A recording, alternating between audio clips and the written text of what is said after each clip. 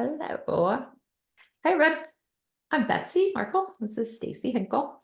And you are in our Facebook group. So it's weight loss support for women who are done with dieting. And we try to come on live once a week to connect with you and just pick a hot topic because there's a million.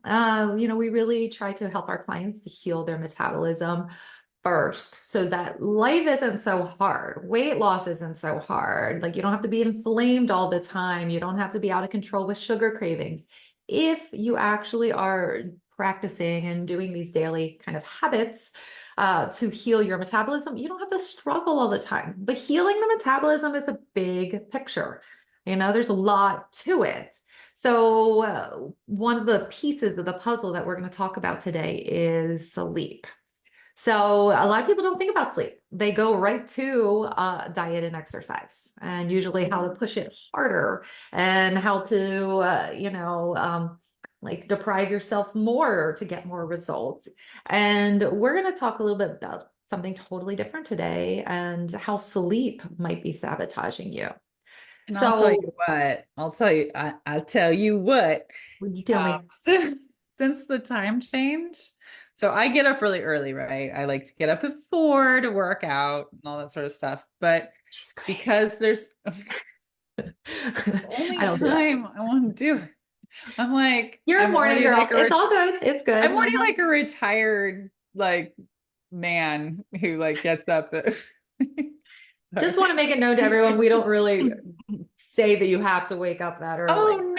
no. This is going back to when I was younger. My parents were teachers and they would drop me off at my grandmother's. And so they would get me up at like 5 a.m. and then I was a rower. So I would row. I'd have to get up at 4:30 to row. This is just like something I've established a long, long time ago. This is not like what we're telling you, but I get up at 4. Anyways, so the point being, I've been going to sleep like later because it's light out, I know. It's right? hard. It's yeah, and so I'm not tired until way later than I normally would be. Yeah, and honestly, I go to bed pretty early normally. So I've been going to bed like an hour or hour and a half later, and I have had my butt handed to me this week as far as how tired hmm I've been. It's hmm it's kicking my butt. I'm like having to take naps. It's crazy. And Yeah. you know what happens if you're tired? Where cravings starting to Your kick cravings go in. up, or just it's not, I don't really have cravings. It's like willpower, right? Because you're tired.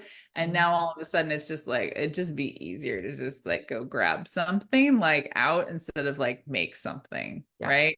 I've definitely noticed Motivation a is big less. Oh yeah. And then I've been doing so well of having just herbal tea and stuff in the morning. I haven't gone full back Ideal for to you. hmm I haven't gone full back to coffee, but I'm definitely to a black tea now. Right? I Instead need of more. it's no longer that herbal tea mid-morning, it's just have some herbal tea. No. We're back to black tea. So it Yeah, really does affect you, right? So I'm absolutely. gonna shut up now. You can go ahead and do your. It affects everybody, and not everyone thinks about sleep as much. So I did some continuing education in the past, where it's a book, Why We Sleep by Matthew Walker. It's a great book. He is like a Harvard grad or like has a PhD from there, and he has done so many studies on sleep. It is a really good book, and it taught me so much. And So. I'm just uh gonna insert here. If you don't like to read or you don't want to buy the book, he has a whole podcast too. It's all about sleep. So you can, and he True. has them in little tiny things. So you can just yeah. Sorry, go True, ahead. true. And a lot of our clients have listened to them who have struggled Mhm. with sleep, and they said it did really help. Because you need to understand how the body works and how big of a deal it is if you are sleep deprived. So I kind of went through so much of this information that I have just three questions. And I'm gonna do it for you, Stace, where I'm gonna read the three questions, and I want you to answer, and you guys, anyone who's joining in, answer as well. Answer and let us know if you got any of the answers correct, if you got them all wrong, and then we'll kind of explain the whys of it.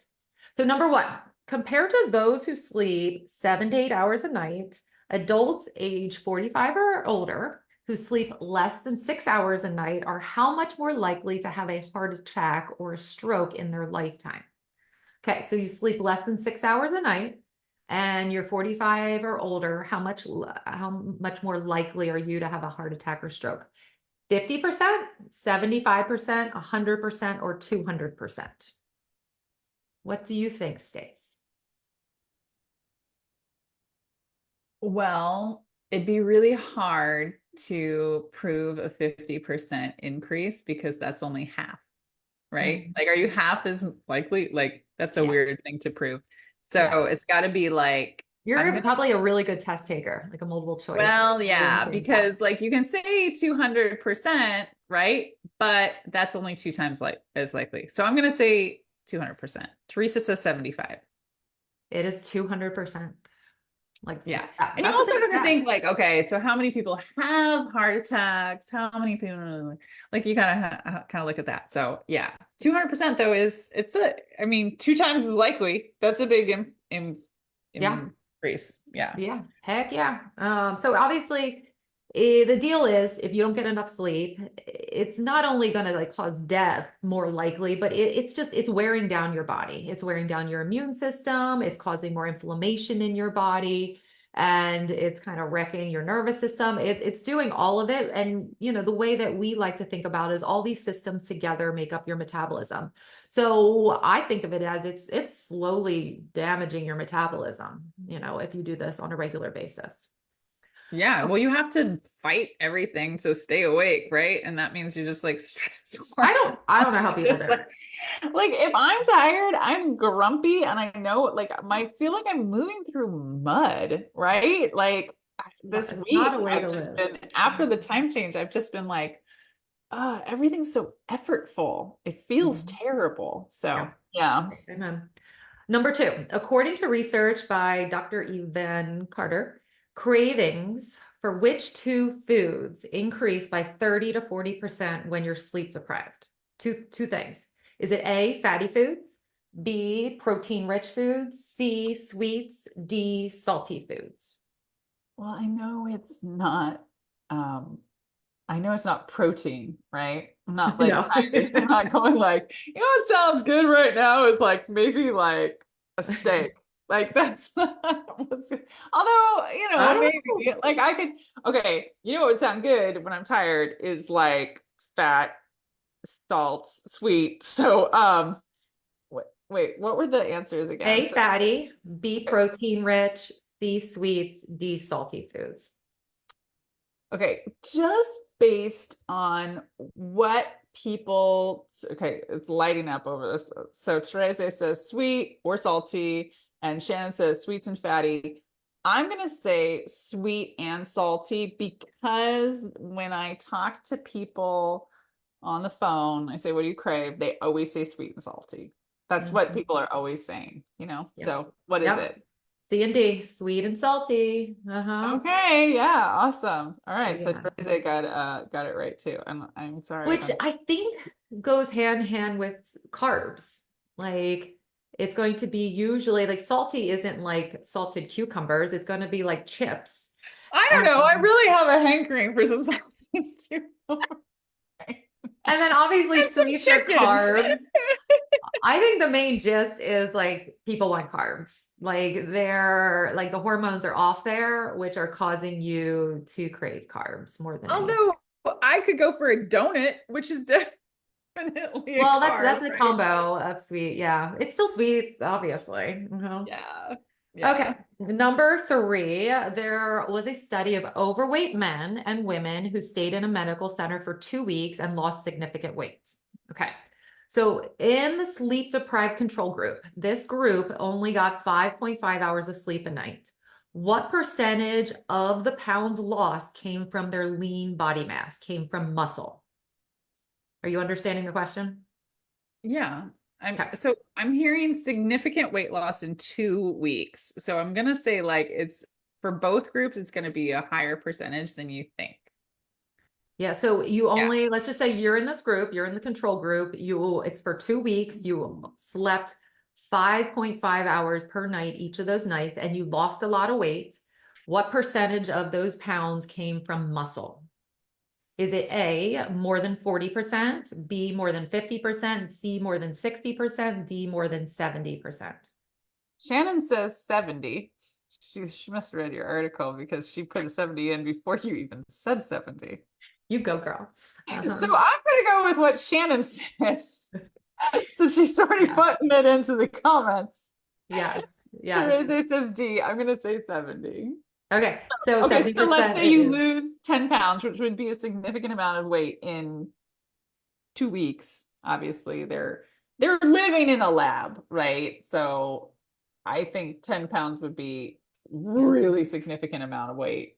Yeah. That would be super significant. When you But I think, mean, I'm just kind of shocked. It is, it's 70%, but I'm kind of shocked because I just feel like so much of it would come from like water weight, and to hear that 70% of it is muscle loss, that's crazy to me. Only when okay, it's well, sleep deprived. what would be actually significant in 2 weeks? 6 pounds? Well, okay, well, I have a fact here. So Okay. in the control group that got 8.5 hours of sleep, Shannon says she didn't cheat. All wow, exclamation Shannon, you're points. amazing. 3 exclamation points. Amazing. Okay. Cheat. Okay, sorry. So, okay, anytime you're losing weight in just 2 weeks, it's significant. Like that's fast weight loss. It's not like you're losing a lot of fat, but okay, so here's the stat. In the control group who got 8.5 hours of sleep, 50% of their weight loss came from fat while preserving muscle. So So, 50 was from muscle. well, 50% of that lost from fat. Right. Yeah. So, Right. So they lost 20% more yeah. from fat, which is good.